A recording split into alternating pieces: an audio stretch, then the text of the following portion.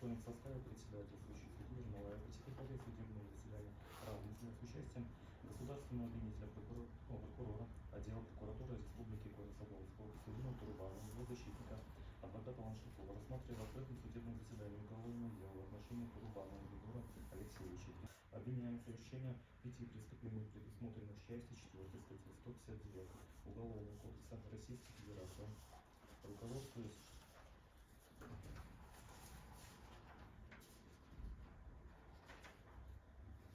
статьями 296, 304, 307, 310 Уголовного процессуального кодекса Российской Федерации, суд приговорил признать Турбанова Егора Алексеевича виновным в совершении преступления, предусмотренных в части 4 статьи 159, части 4 статьи 159, части 4 статьи 159, части 4 части 4 статьи 159 Уголовного кодекса Российской Федерации и назначить ему наказание по части 4 статьи 159 эпизод с нарушением в виде 2 лет лишения свободы, по части 4 статьи 159 Уголовного кодекса Российской Федерации эпизод с Пескуновой в виде 2 лет 3 месяцев лишения свободы, по части 4 статьи 159 Уголовного кодекса Российской Федерации эпизод Захаренковой в виде 1 года 6 месяцев лишения свободы, по части 4 статьи 159 Уголовного кодекса Российской Федерации эпизод Столыповой в виде 1 года 7 месяцев лишения свободы, по части 4 статьи 159 Уголовного кодекса Российской Федерации